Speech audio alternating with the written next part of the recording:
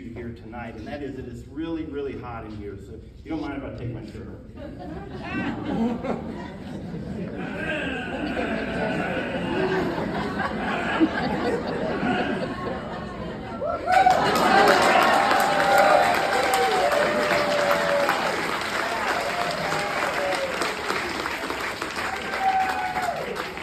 the confidential human source officers and agents in the crowd. There you go. All right. And the reason why I say that is because who in here loves their liberty? Who loves your country? Well, then you are currently targeted individuals. And that's exactly what I want to talk to you here tonight, because Bob is very energetic. Where is he at? What is it? Oh, in the back. Bob's very energetic. I met him actually on an online forum, but he is a little bit incorrect. Our system is not corrupted. Our system has been infiltrated. There you go. This is not a political battle. This is a military battle. Amen. And you are all soldiers, whether you know it or not. And you're definitely targets of soldiers of the opposing force. And that's what I'm going to talk to you here tonight, because one, I'm an expert in this type of warfare, unconventional warfare, or as the Soviets call it, active measures, as the Chinese call it, unrestricted warfare. It doesn't matter what you call it. It is secret warfare. It is shadow warfare, as John F. Kennedy referred to it in his 1962 speech. That war has been raging in the United States for a very long time. In fact, in 1789, the day after they signed the Constitution, is when the war started. Because, see, there are those in this world that don't love humanity, they don't love liberty, they don't love freedom, they love power, right? They love money, they love pain and suffering and death, okay? And so if you don't love those things, well, then you're their enemy. All right, and that is the war that is going on, not only here in America, but across the world. Yeah, it might even be going on in Mars. We don't know yet. Okay, so my name is Jeremy Brown. I am a retired Special Forces Master Sergeant. I spent my entire 20-year career in the Army in the Special Operations community. 3 years with the U.S. Army Rangers and 1st Ranger Battalion, 75th Ranger Regiment, and in 17 years as a Green Beret, serving in 3 operational groups, and each operational group basically services a region of the world. So I was in 1st Special Forces Group, which focused on Asia. I was in 7th Special Forces Group that focused on South America, and in 5th Special Forces Group, which focuses on the Middle East. And then I retired as the non-commissioned officer in charge of the Special Activities Branch of Special Operations Command Central. Now, that's a big mouthful, but basically Special Operations does all the things that you don't know about. And the Special Activities Branch does all the things that Special Operations doesn't know about across the board. These are compartmentalized operations. The left hand not knowing what the right hand is doing, because then the left hand might compromise the right hand, or vice versa. All right? This is how I know that when the FBI's Joint Terrorism Task Force approached me to spy on American citizens, and who has one of those cards? Can I borrow that card? 1, 2, 3, 4. At least 6 of the individuals on this card are the individuals that I was with on January 6th. These are the individuals that the Department of Defense and the intelligence community and federal law enforcement set up to be the patsies in an operation to justify intimidating you and arresting you, so that you will keep your mouth shut, so that you won't attend that rally, so that you won't speak in the public's checkout line to that person next to you about what you believe. That was the purpose of January 6th. January 6th was not an insurrection. It wasn't even a rally. It was a trap. And I apologize to you other J6ers for what your country did to you. And I apologize to all of you for what your country did to you. Because for 20 years, I worked in the United States military, and I was supposed to be defending you. But instead, I listened to my commanders and I went over to foreign lands and chased ghosts. Meanwhile, they were back here plotting and scheming and planning to rob you of your liberties, to the point where when I retired, I didn't recognize the country that I lived in. Much like how I don't recognize a lot of things 3 years after my incarceration. This is the reality of our world today. And Brian, I'm glad you're coming down the aisle, because I almost forgot that you told me you were going to hook me. So I got to make this introduction short, because I want to take your questions. You're doing good. I know what is happening, because like I said, I'm an expert at this, but I don't need to know it. You need to know it. And so I want to open the floor up to your questions, but I'm sorry. I will. So let me tell you a little bit more about exactly what happened to me. After the election was blatantly, obviously, and overtly stolen, right? It was intentionally meant for you to see that it was stolen, okay? Just like, who has a big brother? Did they ever grab your wrist and slap you like this and tell you to stop hitting yourself? What would you call that? Bullying. That's right. See, this is the type of stuff that happens in these shadow wars. Stop hitting yourself. Gaslighting. Psychological operations, right?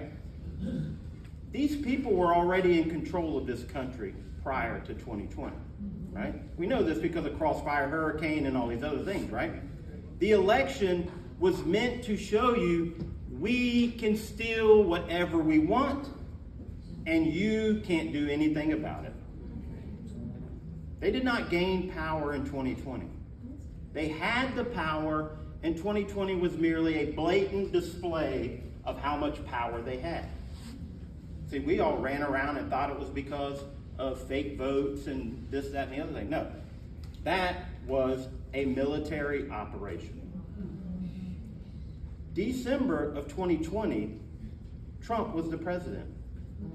His FBI director, his CIA director, his attorney general, his joint chiefs of staff are the ones that planned January 6th and executed. How do I know this? Well, because they attempted to recruit me. Why? Because after the election, I immediately reached out to the Oath Keepers, because at that point, what I saw on my television screen and read in the newspapers was an indicator to me that things were about to get ugly. So I reached out to the Oath Keepers, having known for years what they did and who they were, and I requested a meeting with the leadership of the Florida Oath Keepers, who at the time his name was Mike Adams, but his second in charge was Kelly Meggs, who shortly after that meeting took charge of the Florida Oath Keepers. So on November 22nd of 2020, I met with the leadership of the Florida Oath Keepers. And for 4 or 5 hours in a conference room in the La Quinta Inn in Brooksville, I said, you're all about to be targeted for destruction. You need to change the way you're operating, because right now, and I put up a picture of my operational detachment Alpha in Iraq, barrel-chested freedom fighters with guns. And I said, right now, your names are in folders sitting on the desk of men like this. Maybe they didn't believe me. I told them, you are going to be targets in this war first. And so that meeting went about 4 hours. I simply told them, you know, the big picture, right? There are forces in this world that want to destroy America. You say you love America, therefore you will be taken out first. And then 2 weeks later, 2 federal agents show up at my door looking for me, claiming that I made social media posts that they just want to talk to me about. Now, of course, I didn't speak to them at that time because They never asked me who I was as I stood there. I just kept my mouth shut, just like you should do if federal agents come to your door. At least keep your mouth shut until you pull your phone out and start recording. And then the first thing you should ask them is, can I see your warrant? And if they don't give you one, ask them to leave. And then slam the door in their face. I'm serious, okay? But I reached out to these agents after they left, and I said, I understand you want to talk to me. And they're like, oh yeah, we just want to talk to you about some social media posts. It's no big deal. It's not a criminal matter. It's fine. And I said, well, I'm going to record the meeting. Oh yeah, no, that's no problem. You can, do what you got to do, right? Maybe they didn't think I was serious, but I was. So I met with them in Ybor City. We sat down for about 20 minutes, and I recorded the entire meeting of them trying to recruit me under the false predicate of some social media thing, which you can listen to the entire recording and my analysis of it if you go to my website, jeremybrowndefense.com, and you can listen to these agents and then me explain exactly the techniques that they're using during that meeting. To which, to this very day, the FBI will deny, oh, we never recruited him. We were just investigating something, right? No. They attempted to recruit me to spy on a group that they knew that I had just spoken with. And how did they know that? Because as I found out while I sat in my jail cell through discovery, 2 confidential human source reports from a meeting of fewer than 15 people. Out of 15 people, the FBI had 2 spies in there, at least. Those are just the ones they provided me. And that's why I said I wanted to welcome the confidential human sources in this room right now.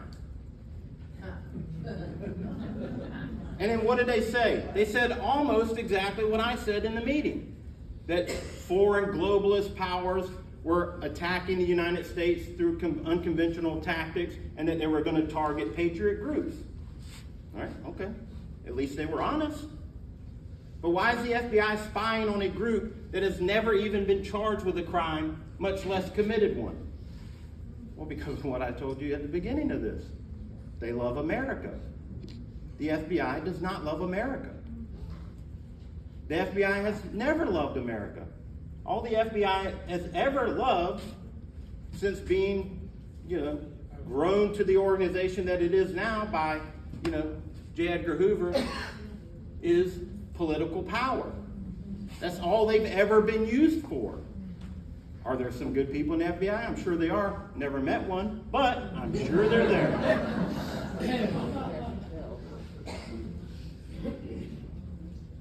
I turned down their offer to work for them. And they clearly offer me money in the recording. You can listen to it for yourself. And then I told the Oath Keepers, hey, I'm going to step away from you guys because 2 federal agents just came and contacted me. I also called the Special Forces Association, of which I was a member, and said, hey, 2 federal agents tried to recruit me. So be careful. That was on December 9th of 2020. In that recording, these agents say the reason why they want to hear from me is in case something happens in January. Does anybody in here know what the date President Trump tweeted about it will be wild? Anyone remember what the date was? 10 days after I recorded FBI or Department of Homeland Security agents working on behalf of the FBI's Joint Terrorism Task Force. 10 days before January 6th was even a thing, they're trying to recruit me about things happening in January. All right?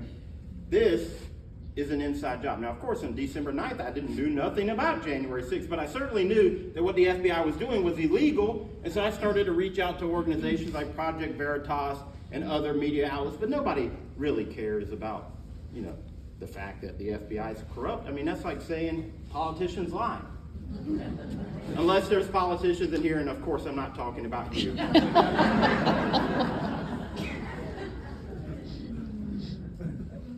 On January, after President Trump announced the rally in D.C. for January 6th, I reached back out to the Oath Keepers and I offered assistance because I knew that they would be doing security operations up there, which is what they do. And they said, sure, help out. So we go up to January 6th and everything was fine. we're in the Trump area, we're escorting whoever it is that the organizers are telling us. And we're on the east side of the Capitol, so I don't get to witness any of the violence until much later in the day when Kelly Meg says, hey, they have injuries on the west side. So I made my way around, and that's when I first encountered the riot police, who then commenced to shoot me and beat me like they were beating all the other people, right? It wasn't until I got back to my RV that night that I knew that that was the operation. You see, February of 1933, Hitler was not in charge of Germany, right? He was just appointed chancellor or whatever, but he was part of a minority party called the Nazis, right? Well, what they did is they staged an attack on the Reichstag, which is the equivalent of the Capitol in Germany. And they set a fire and burned the Reichstag. And then they blamed it on a Dutch communist, probably some homeless guy or whatever, who knows who. Yeah, they know who he is. In fact, I just did a new Give, Send, Go, and I linked the article from the Smithsonian explaining what the burning of the Reichstag was. The reason Hitler did this and the reason the Nazis did this was because they wanted to blame the communists so that they could then target the communists. And so he gave himself emergency powers. He passed all of these edicts and we would call them executive orders or whatever. And that is how he gained all this power. And then they commenced to wipe out the communists in Germany. Well, that's what January 6th was. It was the American Reichstag. And don't take my word for it. This is exactly what Mark Milley referred to January 6th as before it ever happened. Mark Milley, also a Green Beret. I mean, not as good a Green Beret as me, but a Green Beret nonetheless. Because see, I fight for America, and he apparently warns the Chinese in the event that Trump might do something that the Chinese don't like. This is reality. The Joint Chiefs of Staff, a Special Forces officer, is referring to an event that hasn't even happened.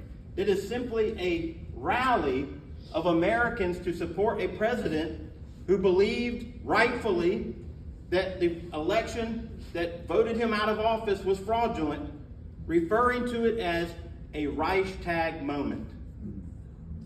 Now, this isn't just Jeremy Brown saying this. This is chronicled in congressional testimony by Colonel Earl Matthews. It is chronicled in the Chief of Police on the day of January 6th, Stevenson's own book.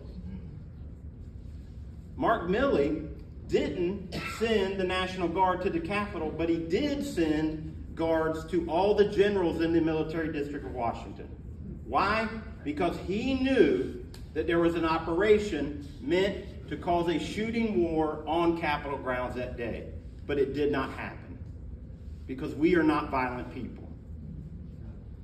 And so they did not get the reaction that they wanted. But this is the reality of what January 6th was.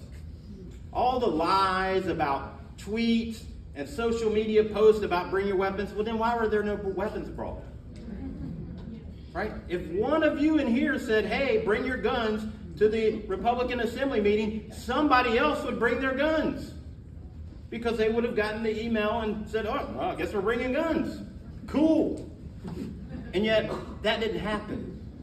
This is an indicator to me, a professional in this type of warfare, that those tweets and those emails, of course, we don't know who sent them. Why? Because apparently the FBI can spy on everybody's communications except for those people. No, those tweets were fraudulent. Right? Just like we don't know who placed those bombs outside the DNC and the RNC. You know, the bombs that were placed the night before but only had a 60-minute egg timer. Who can figure that one out? Right? And yet, let's wait a minute on that point. Now remember, the FBI knows that I recorded them. In fact, 9:30, January 6th, I get a call from the agents. Hey, what's going on? I'm standing about this far away from the presidential podium. This agent, what's going on? Oh, I tell them, I'm in D.C., I'm busy, gotta go. Click.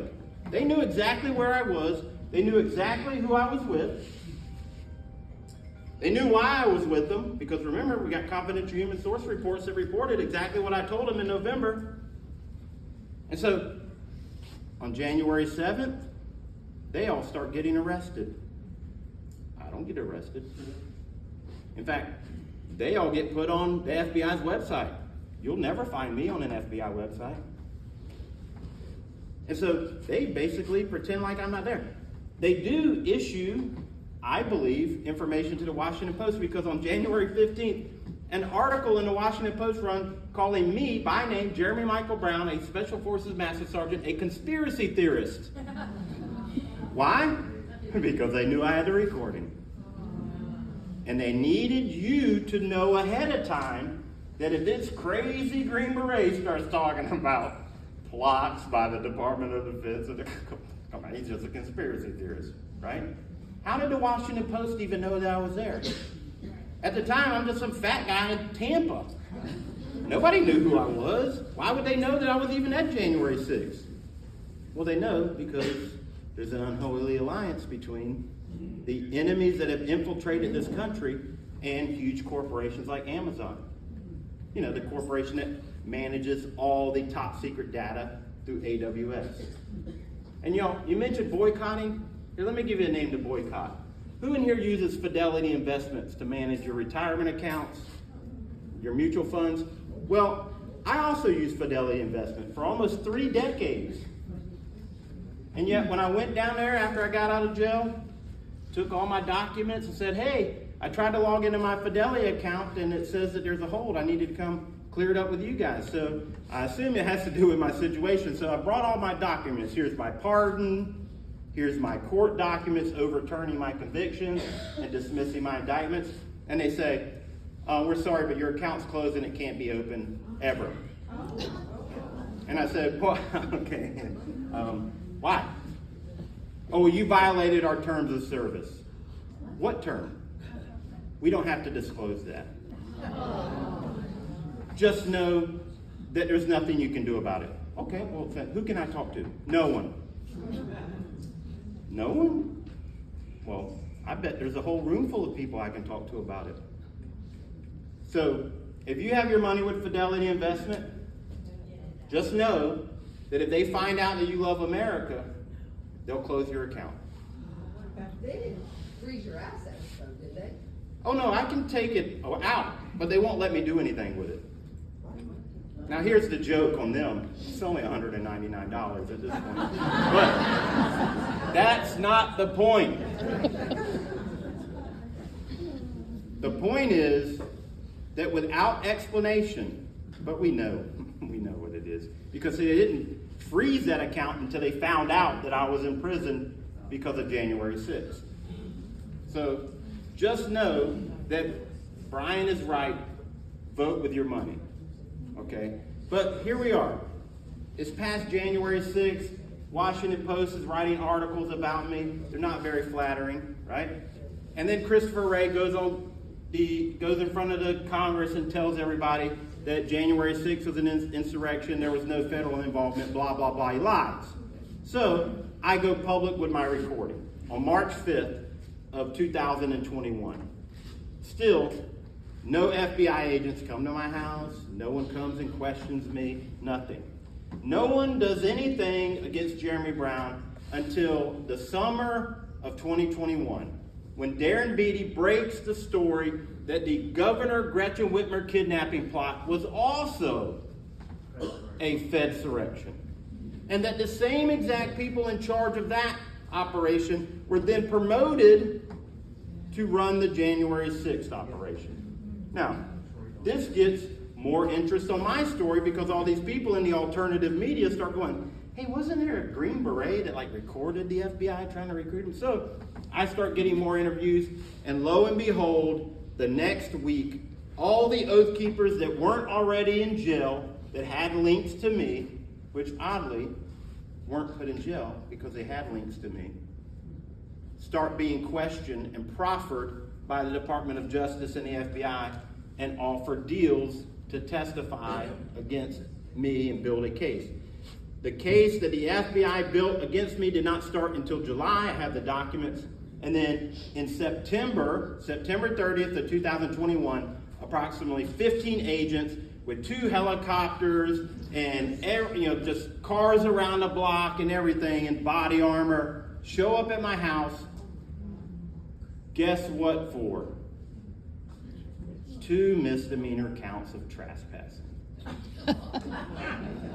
This is what the Joint Terrorism Task Force, a multi-agency task force made up of by DOD, the CIA, NSA, everybody. It is only named the FBI's Joint Terrorism Task Force so that they can illegally operate inside the United States. This is who they go after, a person with 2 misdemeanor counts.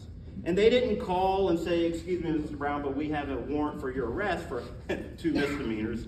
If you could, tomorrow, turn yourself in by 10:30. No, see, that's normally what would happen if you have 2 misdemeanors.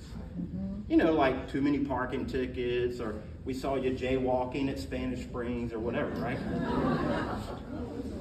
But no, instead, we get agents with bulletproof vests in desert tan, no less. What an insult, right? Because, in Tampa, there's a lot of desert.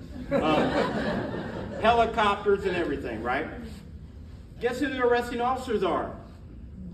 The same 2 agents that attempted to recruit me. They put me in the back of an SUV. We ride to Pinellas County Jail. I basically tell them, you guys, you know what's going on here. Why are you doing this? And they told me, you're just being a petulant child. So I stopped talking, and I'm not kidding, Freebird came on the radio. And then they laughed and said, oh, we didn't plan that. But they take me to Pinellas County Jail. They say, you'll be out by tomorrow. They walk out. And that's the last time I ever spoke to anybody from the FBI, the government, the DOJ, or whatever. Even though back at the ranch, their 5.5-hour search yields 2 M67 fragmentation grenades and classified materials. They're not mine, but that's what they say they are. So, fast forward 16 months in maximum security, denied bond, never questioned to this day by any federal agent, any local cop, nothing. Even though I, as far as I know, am the only J6er that was charged and convicted of having explosives. Not one time did they say, you wouldn't have happened to have anything to do with those other explosives, would you have? No. Because, see, they know exactly who I am. I'm the guy that has the recording of them attempting to recruit me to infiltrate the very group that they blamed January 6th on. The Oath Keepers, the Proud Boys, and the 3%ers. The Dutch communists of the American Reichstag. And this is why the judge sentenced me to 87 months in prison, which is 3 times the national average for the charges that I was convicted of. Even though I had no criminal record, I had a 20-year special operations career, and had 3 sitting members, elected officials, 2 members of Congress, and 1 state rep write letters of leniency, along with probably 60, 100 other people that wrote letters of leniency. And the judge admits that none of those 3 factors she's ever seen in her entire 40-year career, but bottom of the guidelines, 87 months, off to prison you go. Who was the judge? Judge Susan Bucklew. Now, we're not going to talk about the fact that when I ran for Congress in 2020 against Kathy Castor in Tampa, that Kathy Castor is close personal friends with Judge Bucklew, and that Kathy Castor allowed Judge Bucklew to illegally marry her son in her congressional office in D.C. in 2014 when it was illegal to do such a thing in Florida back then. But I didn't find that out until after I was already convicted. But I bet she knew that. In fact, she even mentioned it in jury selection, and it just kind of went right by me when she asked one of the jurors, did you know that Mr. Brown has run for Congress? I thought she was referring to my run for Florida State House while I was in the Pinellas County Jail. So I served 1,245 days in federal prison because this government, for which I worked 20 years for and retired from, I broke my body for, framed me. Because they knew that I had evidence that their complete narrative was false and that I endangered everything that they wanted to do. Yes, ma'am. Can you tell us more how they framed, like, how they planned the evidence, the grenades? Well, I can't tell you how they did it or who did it, right? Because it was, when I say it was planted, it wasn't by anybody that was there, right? That's not how this works, right? If I want to plant something against you, it's compartmentalized. If the agency that's going to arrest you is the FBI, it's not going to be an FBI asset that does it. We're going to have another asset that does it. And that asset's not going to know what the target is or who or why. They're just going to know, hey, take these things. They might not even know what the things are. And they'll say, place them here and walk away. And the guy driving them there, he's not going to know who they are, right? This is what compartmentalization does. It prevents the mission from being compromised because nobody knows what anybody is doing, and they're all being lied to about what it is that they're doing in the first place. So when you hear things like, well, it certainly couldn't have been this, that, or the other thing because somebody would have told by now. No. Most people have no idea that they were even involved in something like that. So, I don't know who did it or how they did it. I mean, I could tell you how I would have done it, but it certainly was done because at trial, the FBI ran DNA against the grenades. Guess what? There were 2 male DNAs on the grenades, but not my DNA. They never even ran the ballistic tracking of the grenades through the Department of Defense databases. I was a Special Forces weapons sergeant and ammo handler. There's a million pieces of documents that you have to sign, that says, if I steal stuff, you can throw me in jail for the rest of my life or whatever, right? They never presented. We requested that at trial. And then the document they provided had no dates on it. Just a bunch of locations, none of which I had been to. And yet, they convicted me. Why? Here's why. Because they're liars.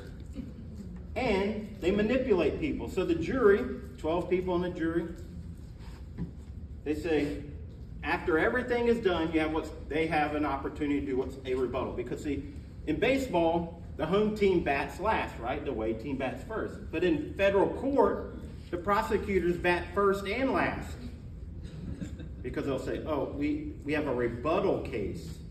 And in that rebuttal case, they don't have to present any evidence beforehand. They just need to come up with an excuse that the judge will agree with that allows them to make a case afterwards that you know nothing about. So they present the very first jail call that I made, which was at 8 a.m., October 1st, my birthday, by the way, to my then girlfriend, and she was telling me what happened. And so I had tried a couple of different phones. None of them were working. And so I finally get one, and she starts rattling off this list. Oh my gosh, they took this, they took that, they took grenades, and then they unplugged our cameras. And I'm like, they unplugged our cameras, and then the phone gets disconnected. Now, the prosecution plays that less than 2-minute phone conversation before we get disconnected. And they tell the jury, did you hear her say grenade? And did you hear that Mr. Brown didn't react? His silence is a confession. That's what they told the jury. And we know this was effective because that is the only piece of evidence that the jury ever requested to hear again. They wanted to hear it again. But there's just one problem with that. I'm a retired Green Beret. I own grenades. Smoke grenades, airsoft grenades, which are basically like little firecrackers, right? Because I had a nephew and we played airsoft, and they're also great for breaking up riots and security details, having them to throw against Antifa folks because they sting, right? So the word grenades to me is no big deal. But I called her back. And in the next call, which the prosecution did not play for the jury, and of course we did not have that call prepared, because see, we're the defense. We don't have access to all that stuff, right? Unless we have time ahead of time to request it from the jail. In the next call, I say, hey, I can hear you now. Can you hear me? Okay. All right. Now, what were you saying? And this time in the call, she says, oh, they took guns, they took this, and they took live grenades that they said they had to go blow up. And my immediate response was, that's bullshit. But we know what this is. Right there in the phone call. That if we would have known that the prosecution was going to play that first call, I would have laughed and said, oh, well, we got you guys, because here's the next call. Bing. But see, we didn't know.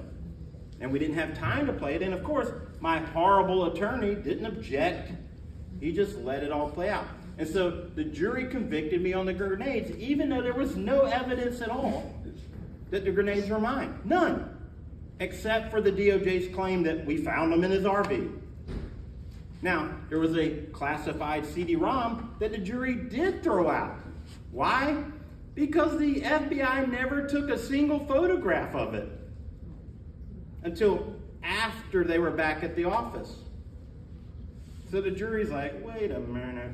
They even had their own photograph tech say, I never saw a CD-ROM at all. So, yeah, that CD-ROM wasn't there. So this is the extent that this government has gone to put me in prison because I refused to spy on citizens. I recorded it and therefore can prove that they tried to recruit me to spy on citizens. Even to this day, I can play you the recording. And they locked me away for 1,245 days. And then when the President of the United States says, everyone tied to January 6th, these guys are commuted, these guys are pardoned, and everyone who has an open case, of which I did, because I appealed, of course, my conviction, and I'd already been awarded oral arguments at the 11th Circuit Court, everyone with an open case is to have that case overturned and the indictments dismissed like it never even happened. Even though the President of the United States did that, the DOJ said, yeah, but in his case, he has unrelated charges. No, they're totally related. In fact, at every turn of the investigation, pre-trial, at sentencing, response to the appeal, they admitted that it was tied to January 6th. And yet after January 20th, they were telling you, the American people, a complete fabricated lie that I was held on charges unrelated to January 6th. You can read the documents on my website. 37 days they kept this charade up. But Trump didn't come down to the jail and open the door and let me out. You did. Because see, Trump had already moved on. He's letting people, rescuing them from Belarus, and he's doing this and he's doing that. And everyone's like, hey, why is Jeremy Brown still in prison? The next day, still in prison. Why is Jeremy Brown? You got me out of prison. Can you talk about diesel therapy and what happened with that? So diesel therapy is just the fact that they just move you around at indiscriminate times and take all your stuff away so that you have to buy overpriced things again at the next location, and they move you again. Long trips, 8 hours in handcuffs with no bathroom breaks and all this other stuff, right? And I'm sure that these guys had many more hours of diesel therapy than I did, because I was fortunate early on to prevent them from moving me to DC. So I stayed in Pinellas, then I went to Citrus County. So while they did attempt to move me 3 times illegally to DC in violation of a judge's order, and yet we caught them each time, it just took a little longer to catch them each time, so the rides got longer and longer, right? I stayed most of my time here. I spent 6 months in DC waiting for my 2-count misdemeanor trial. But diesel therapy is how they move you around so nobody knows where you are, and especially at the end, when everybody was really raising hell, they were moving me around, and everyone, the BOP, the Bureau of Prisons, was saying, we don't have custody of them, and the U.S. Marshals was saying, well, we don't have custody of them. They're just a bunch of lying scumbags. But see, that's because I'm an enemy of their state. I'm a threat to their democracy because, see, I read the Constitution. It doesn't say anything about democracy in there, but it does say a republic. It says that I'm guaranteed a Republican form of government. I did not swear an oath to the government. I swore an oath to support and defend the Constitution. Amen. And you, not Democrats or Republicans, not Congress or the presidency, I swore an oath to support the Constitution, which says nothing about democracy. And if you know anything about our founders, they hated democracy. I mean, I just went to the American Legion last night, and yes, sir, I'm sorry. Back to J6. In your opinion, who was Ray Epps and why wasn't he charged with anything? Well, he was finally charged with something of which they quietly entered a plea deal, but Ray Epps, I hope his attorney is watching, Ray Epps was absolutely 100% an agent working on behalf of those responsible for J6. Now, when Congress asked the question, did you work for the FBI on January 6th? Well, he can honestly say no. Because he didn't work for the FBI. Maybe he was working for Booz Allen Hamilton or Triple Canopy or whatever. See, that's the way we work, right? It's called plausible deniability. Am I getting the hook, Brian? No, but what I wanted to do was take a little control. So I wanted to give you another 10 minutes to talk, and then how we're going to do it is raise your hand. I will come to you with the mic to ask questions. So hold questions for about 10 minutes, then No, let's get to the questions now. you like them? Sure. All right, so then I'm going to take a privilege here and ask the first question, if y'all don't mind. You remember back in Obama's administration when we had Bo Bergdahl, the so-called traitor that went over to ISIS, and Obama administration traded him, right? How about telling us what really happened there?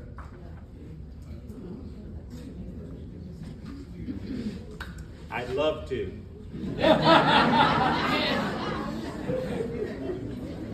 So what I'm about to tell you is what's known as a special access program.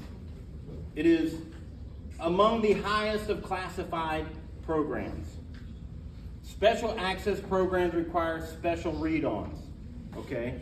So, in 2000, a read-on means that you come to my office, right? And we sit down with a folder and we say, your name, ID, okay. And then we give you the mission folder and you're allowed to read what the mission is about. And you're now read on to the mission. In fact, sometimes it could be as few as 2 people in the entire country that know the details of a special access program. Okay? So,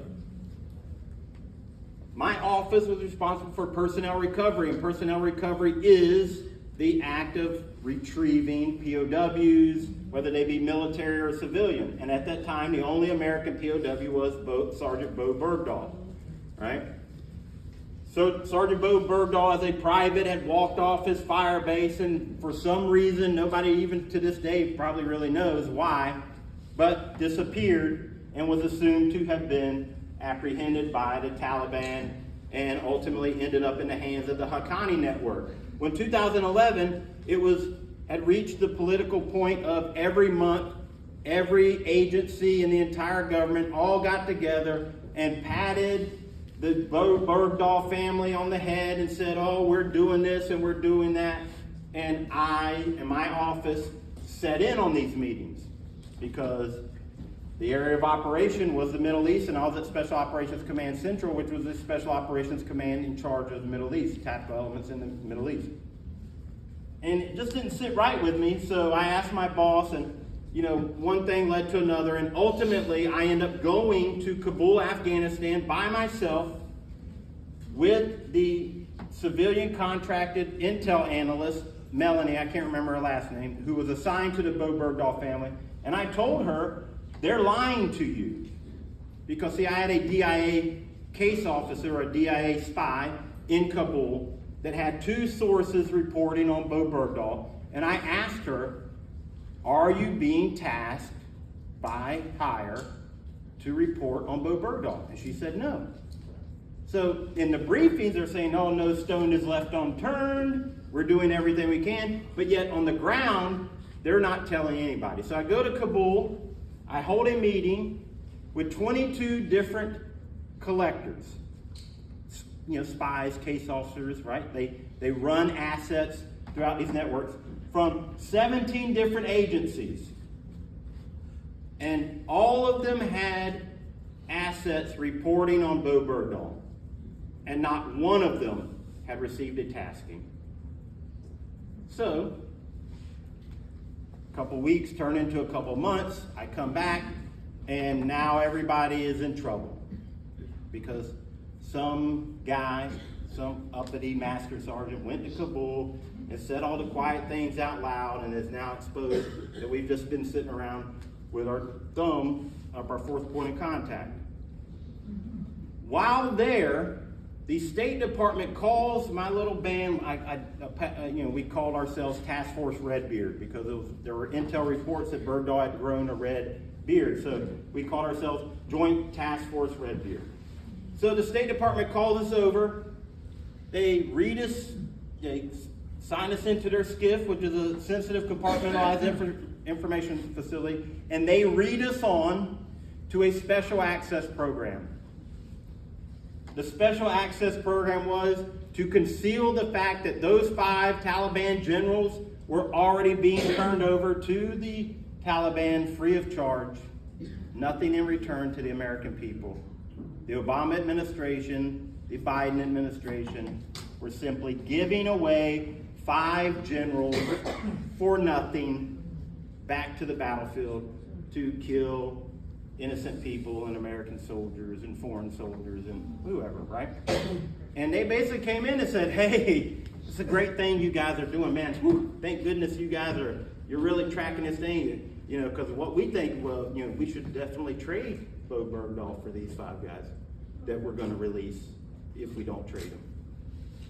So the horrible political story that broke, which was that we traded 5 foreign enemy combatant generals for 1 perceived deserter, which whether he was or not, it doesn't matter, is a lie.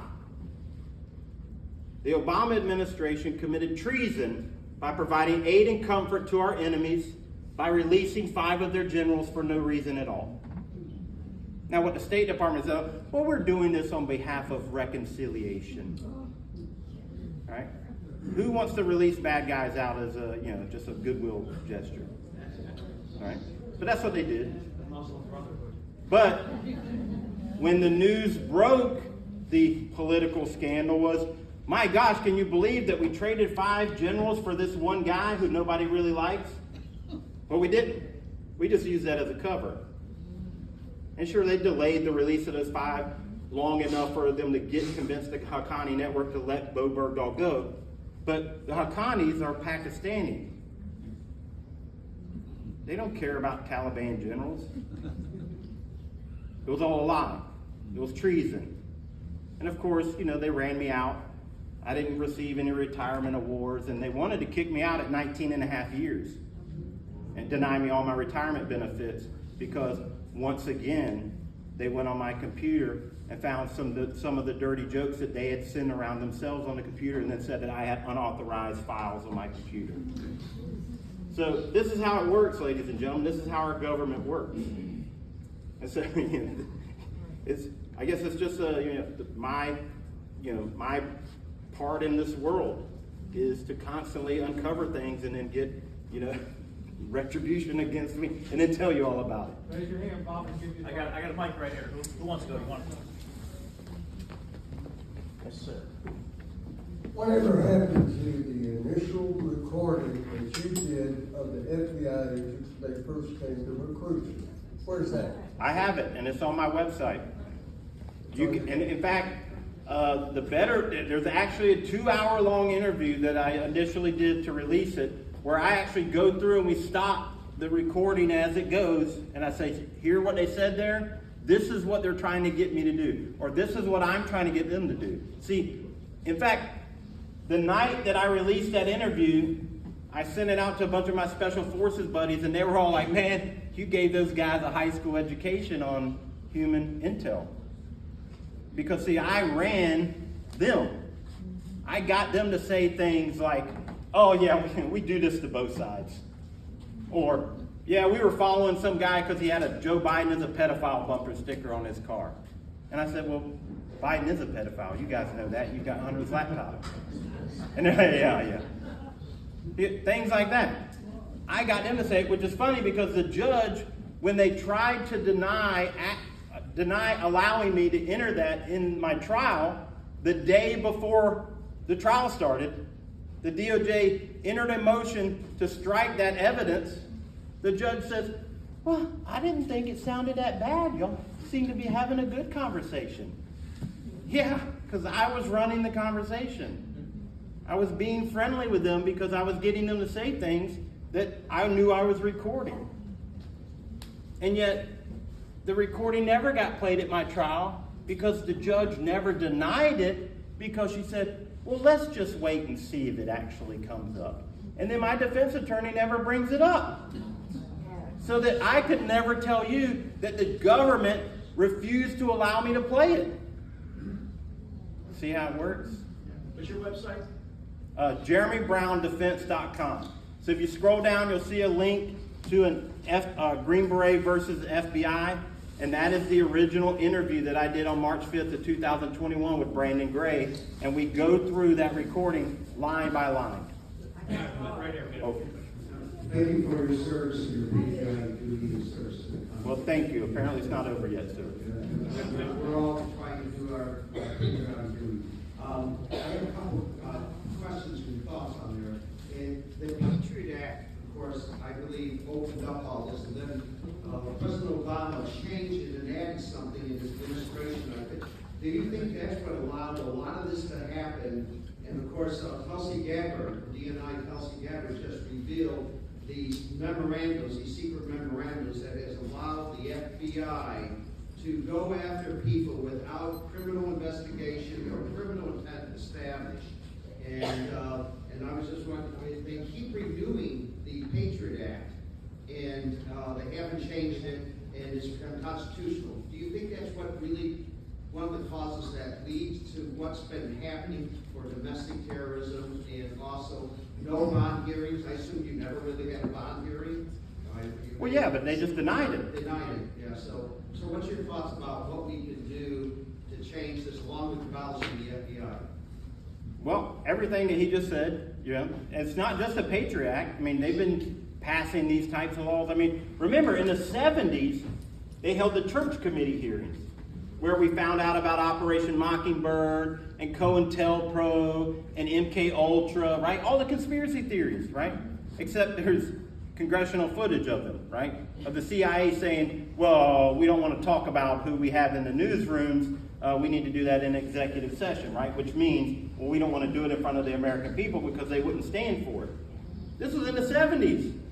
So yes, not only the Patriot Act, but of course the Patriot Act is one of the most egregious ones that we all know about, which if you go to Citizens First Bank here in the Villages and sit down with your banker, there's a sign right behind her that says, U.S. Patriot Act.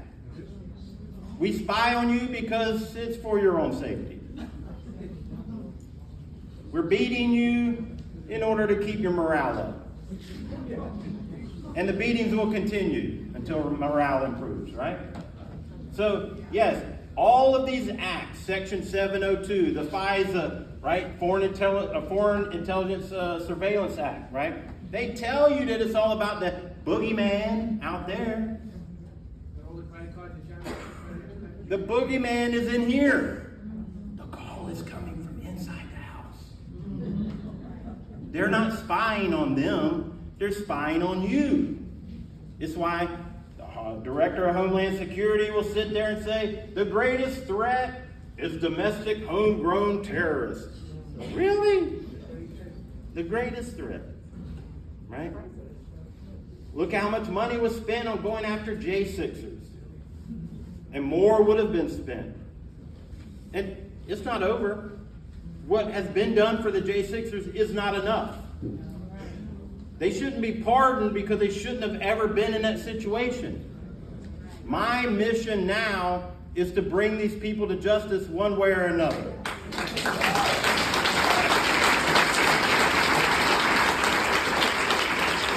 And if you're going to have an enemy, I suggest it not be a Green Beret sniper. I'm just saying. There's better enemies out there. All right, question back there. I just have a question because you and I never really hold the mic up. Heard very much about this. Was your initial attorney a public defender? So, Democrat. so my case is actually an operation against them. Okay, I knew once I released the recording that I would be arrested. So I secretly, without any of them knowing, were recruiting people that I could rely on, which is why, of all the J6ers, I think I've raised like $300,000 for my legal defense, of which we've spent it because these scumbags charge a lot of money and then do nothing, right? But yes, so for the first 6 months, I intentionally used public defenders in both my Tampa case and my DC case because I wanted to be able to say they did nothing. And at 6 months, I fired both of them. In fact, the one in DC that I had said, oh, we're not going to do this, we're not going to do that. My job is to get you out of jail. And I said, sir, I'm not trying to get out of jail. I'm trying to get justice. Right? I shouldn't have been in jail in the first place because you have the 8th Amendment, which says excessive bail shall not be granted. No bail is excessive. No matter what the crime is, you're not to be denied bail. Period. When you hear held without bond, you should immediately think violation of that individual's constitutional right. I don't care what their crime is. Set the bail at an amount that's appropriate for the crime. Because see, you're not to be presumed guilty. Well, let me tell you something. When you're in jail, you feel pretty damn guilty.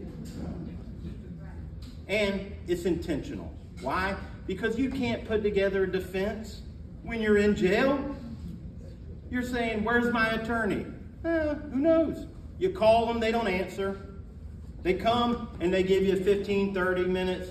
Hey, all right, we don't got time to talk about that. But hey, I just went through my, no, we're going to do this. And then they're out the door. That's not a defense.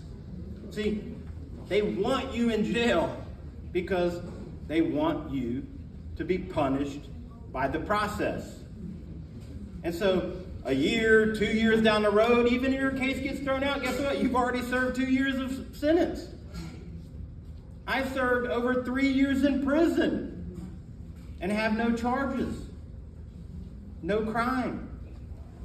So yes, I did use public defenders, and then I overpaid for equally horrible representation from other scumbags. I had about 9 attorneys, and I can honestly tell you only 2.5 of them were any good.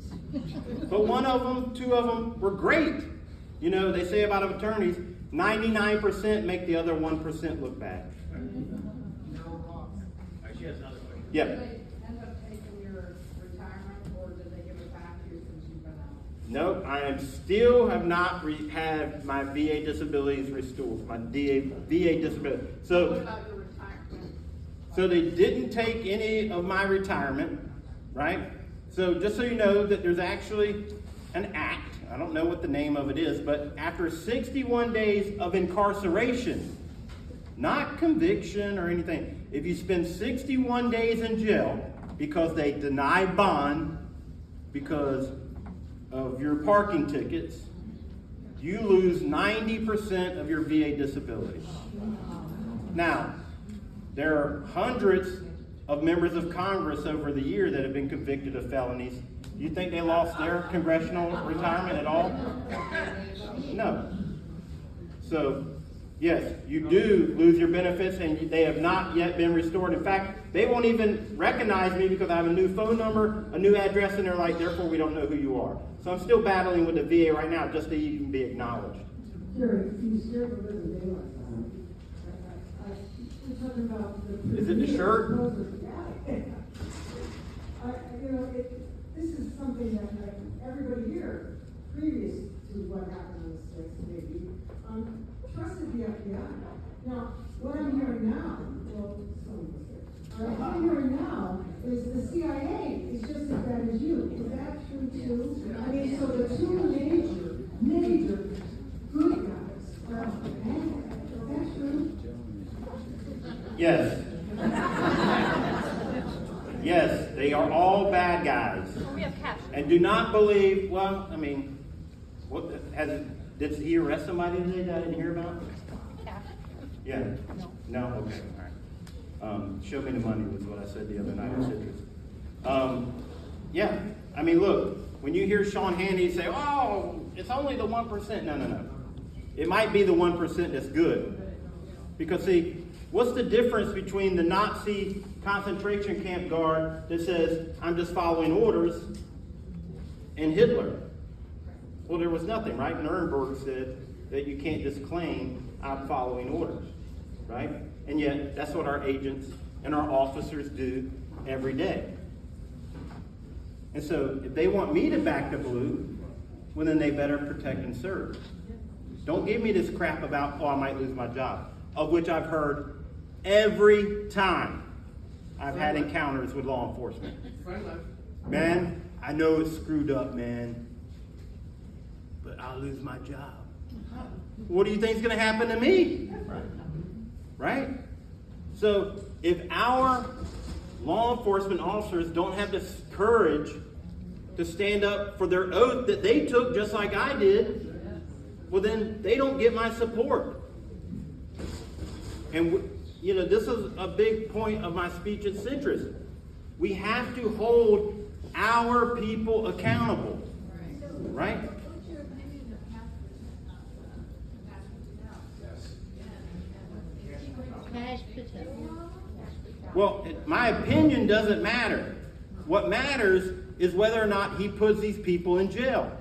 Because he is the second most senior law enforcement officer, second only to Pam Bondi, who's the Attorney General, and their responsibility to us, right? We're the employers, they're the employees, and we have said we want law and order, we want justice in America, justice for all, right? Well, guess what?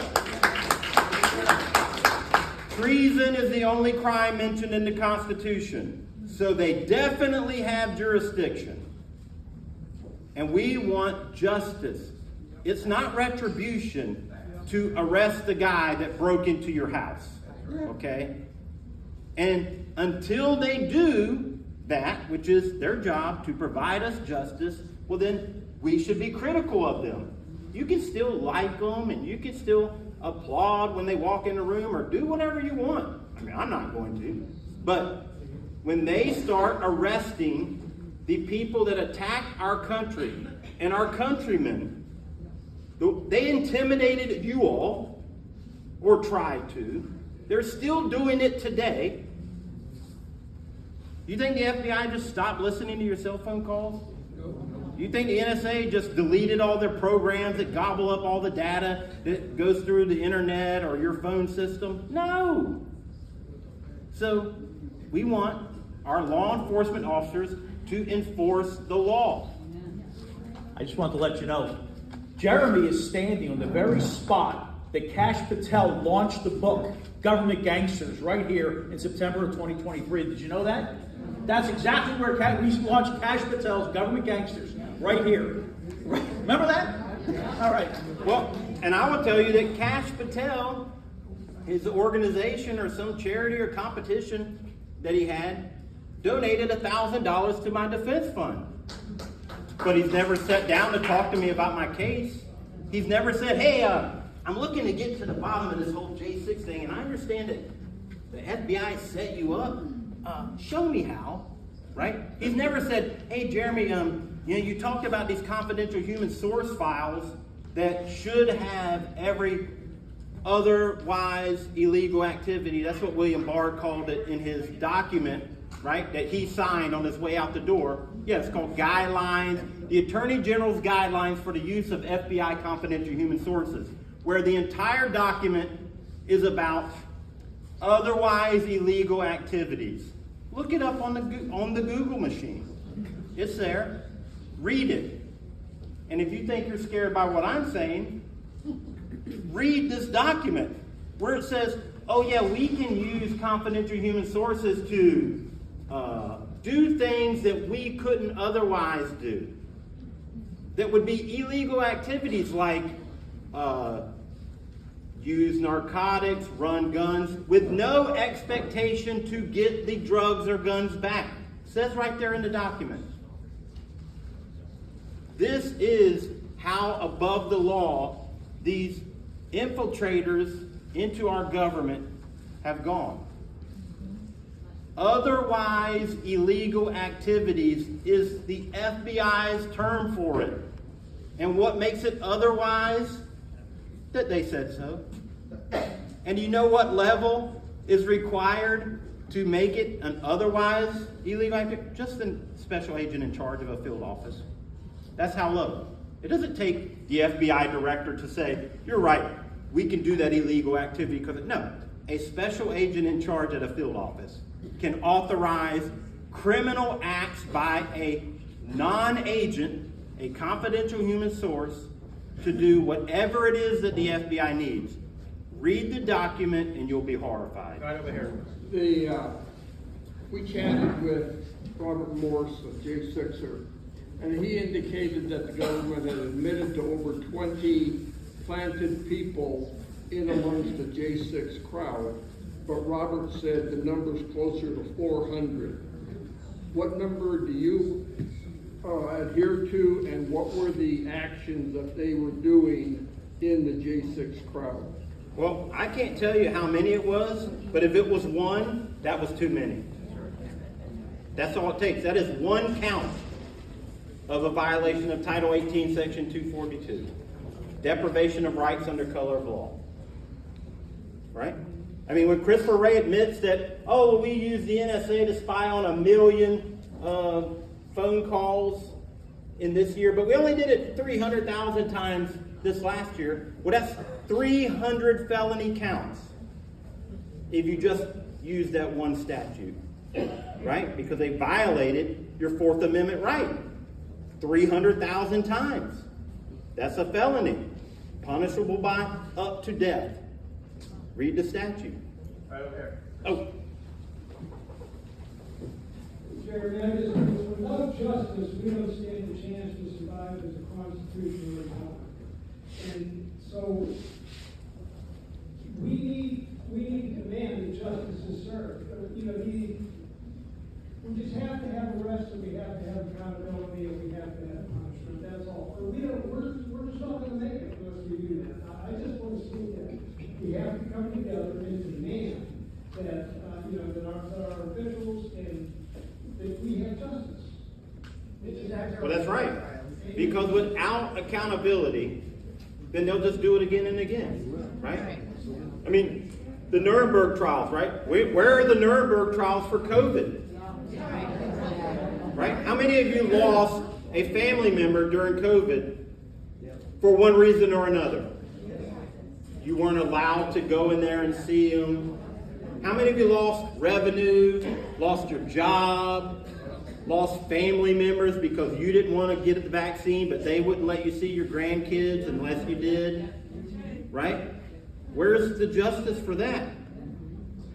And, right. Giving them their job back, that's not enough. Letting me out of prison is not good enough. Right? I want them to go to jail.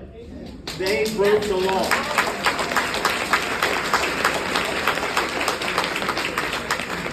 But it's worse than breaking the law. They ran a military attack against you and your fellow citizens. Do you understand what I'm saying to you? Yes. a 4-star general set you up? You. Because you supported a presidential candidate. And then when he didn't win, because they clearly, in Time magazine, admitted that they stole the election and told us exactly how they did it. And they just changed the words. Instead of steal, they said fortify. You know, when I was in prison, I had a debate with a criminal. Kid shot a cop. He was proud of it. So I have no problem calling him a criminal. He admitted to it. And they beat up some guy one day and took his commissary bag. But see, me and my bunkie were running a store. All right, I don't want to get into the economics of jail. But and then he wanted to come do business with us, and I said, I can't do business with you because I saw what you did. You stole that man's stuff. Nah, man, I didn't steal it. I took it. And I said, well, here, let me pull this dictionary out, son. And I showed him that taking and stealing are the same. And of course, my nickname in Pinellas was JB Fed. And he's like, man, JB, that's wrong. Why? Because I explained to you that taking and stealing is the same thing. I mean, yeah, these are attacks, military attacks against us as citizens, and we should not stand for them. Hi, I just want to hear your take on Lieutenant Byrd, who murdered Ashley Babbitt. I also noticed. You mean Captain Byrd? They promoted him, so yeah. Please give him the respect that he deserves for murdering an innocent civilian. Any LEO who fired his gun would have had to do a report. He did not do a report. All of the people in the room where she was, they did not even take the names. They did not observe the murder scene. They did not interview anybody. Right. There was no. And there was a tactical team standing right behind her, within arm's reach of her, that they fired at. He fired at them. Tell me how many officials were involved in that, and how many Capitol Police for one, but there were others involved. Of course. Okay, can you name some? Well, I mean, we have the pre-pardon list from Biden, so there you go. Mark Milley, I'm sure Pittman's on the list. I mean, Kinzinger. I mean, look, we know who the bad guys are because they told us who they are because they fabricated this thing that doesn't even exist called a pre-pardon. A pardon can only be issued to someone who's been convicted of a crime, but yet he provides us the list of the guilty people. So, yes, she was murdered because that was supposed to be the shot that instigated a return fire incident, which then could be said, look at the patriots, they attacked the Capitol, clutch their pearls, and then throw us all in jail and take our guns. Time for one more question. 1 minute.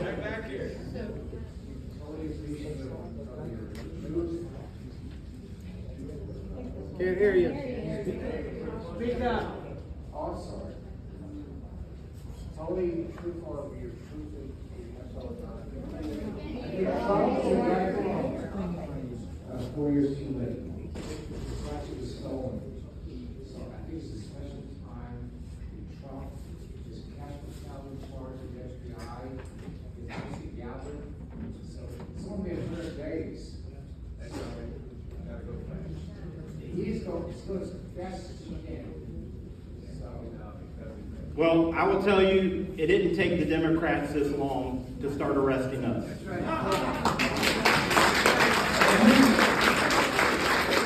In fact, it took less than a day for the first arrest to happen because of January 6th. So, look, I'm not saying turn on people. I'm saying hold them accountable.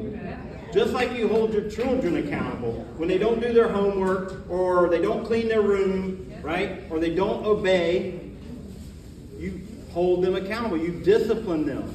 Well, we're hardest on the ones that we love, right? You should see how I treated my soldiers. It's not wrong to demand accountability. All right, real quick. All right, last one, he said. One question is, do you see any hope for this year's administration of firing and everything? Do you think we're making progress towards conviction and justice and doing the right thing moving forward? Are we gonna get there? I will have hope when we do not tolerate inaction. When the people are outraged because something hasn't been done, that's when I'll begin to have hope. I'm again not saying don't be encouraged, don't be happy that there's people that at least pretend to listen to us. But that's not good enough, right?